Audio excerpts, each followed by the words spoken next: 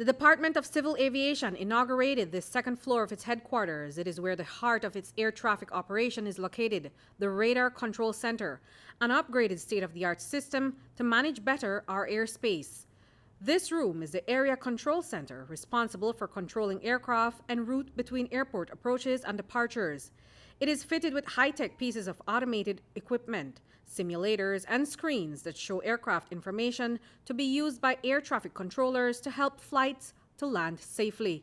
Marsha Hingson says that before a flight is within Belize's airspace, they coordinate with Merida as their adjacent unit in the direction of the USA, and the flight plan is filed before departure so that plans are made.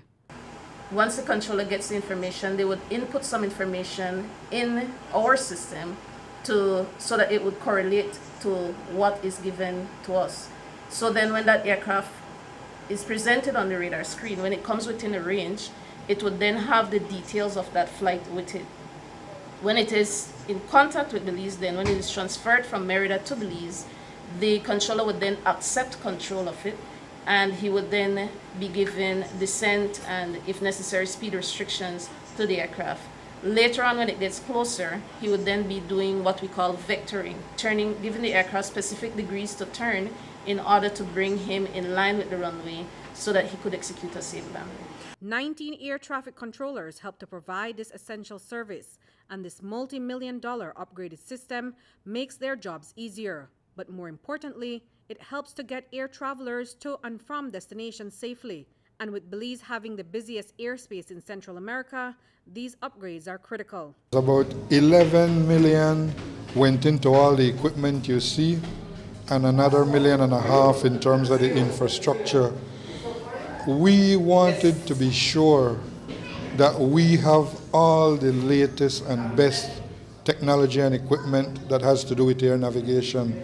And through our membership with COSESNA, we were able to acquire that to this extent that Belize has equipment that is used in Europe. All the first world countries, we have our first world air navigation equipment. Remember, Belize has the busiest airspace in Central America. And let me explain, we do not get the most international flights, that's Costa Rica, Salvador, but we have so many, more than 113,000 flights a year, which means that we are the busiest airspace. You know that tourism depends so much on Tropic and Mayan or local Caribbean or other local airlines.